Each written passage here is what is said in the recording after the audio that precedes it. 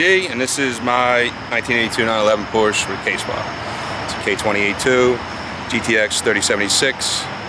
I got the car about 4 years ago, found it in a barn. It was already a cockroach. It had a small block Chevy. It's not really my style, so I had to switch it up.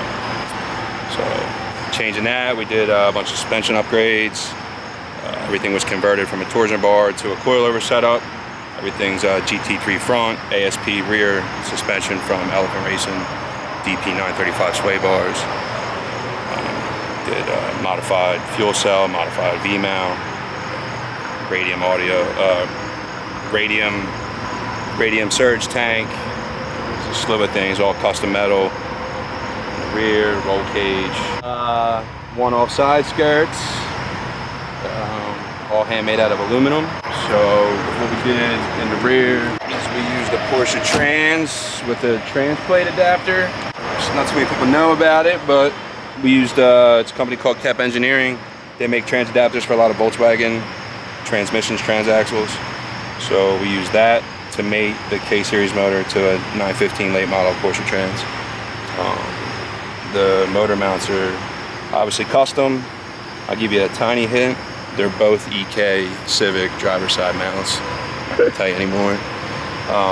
Trans mounts are OEM location for Porsche with OEM Porsche, upgraded OEM Porsche trans mounts.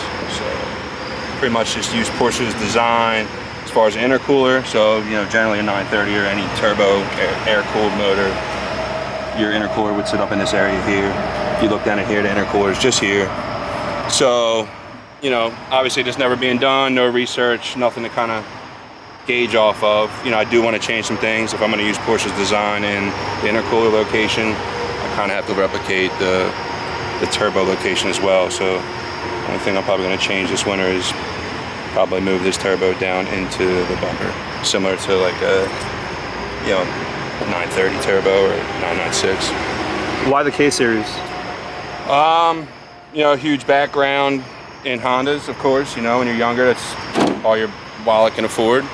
So I had a slew of different types of Hondas when I was younger, which then graduated to some Evos that I road raced. Actually sold an Evo to buy this car. So coming from a B-Series background, I never had a K. And, you know, with all these years and everybody spending lots of time and dedication, you know, the K-Series has proven itself to be, you know, one of Honda's best motors. So we went with the K. Did you already have the K, or you want to go find it? I did not. I ended up buying a stock K that I thought I was going to build, and then got lucky, found a built motor, good price, sold the stock motor. Found that, like I said, I found a really good deal on a fully built. It's 11 2-to-1 compression. You know, I probably under stage 3 cams, like things work. So ended up ditching and selling the original OEM motor, and we bought the built motor. So we went from there. Sheepy manifold. Did you put it on the dyno yet? It has been on the dyno. We ran into some, you know, to be expected. You know, the ducts are to cool the intercooler. On the dyno, you're not getting that much airflow. So we were running into some high air intake temps, like 135, which is pretty hot. You know, you're getting close to maybe doing some damage in that area. But so we kind of scaled down. We kind of stopped right around 480-ish. It was like 470 and change. That was on wastegate pressure, which is 14 pounds. So, you know, can the motor handle more? Absolutely. Can the transmission? Probably not so much.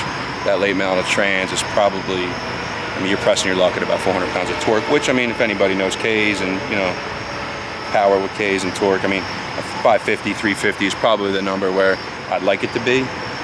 Being high compression, I'm probably going to run on E85. And like I said, no reason to waste anybody else's time on the dyno and my tuner and stuff like that. The guys over at RT, I'm going to change up the things, like I said, I want to, as far as, you know, the turbo location, and we'll get it back on the dyno hopefully later this winter. You're the first one, you said, that ever did this swap before. I mean, as far as all my research, I mean, I found some guy that had a 914 Porsche, which was like a mid-mount. It was a mid-engine mount. He put a B-Series in it.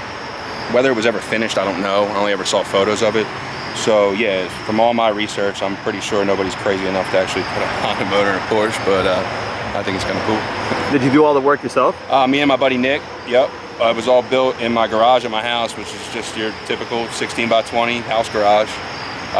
openly joke about building it with Harbor Freight and Eastwood tools. It's kind of the inside joke, but yeah, my buddy owns SG Paintworks. He did some of the body work. You know, he made the side skirts, cleaned up the paint for me. He did a lot of stuff. He painted the interior. Real good dudes over there at SG Paintworks. So, but yeah, for the most part, you know, Vince and those guys at RT, they ran the trigger wires for the ECU. They kind of configured the ECU for me, but other than that, all the work was done in a home garage. So definitely grassroots.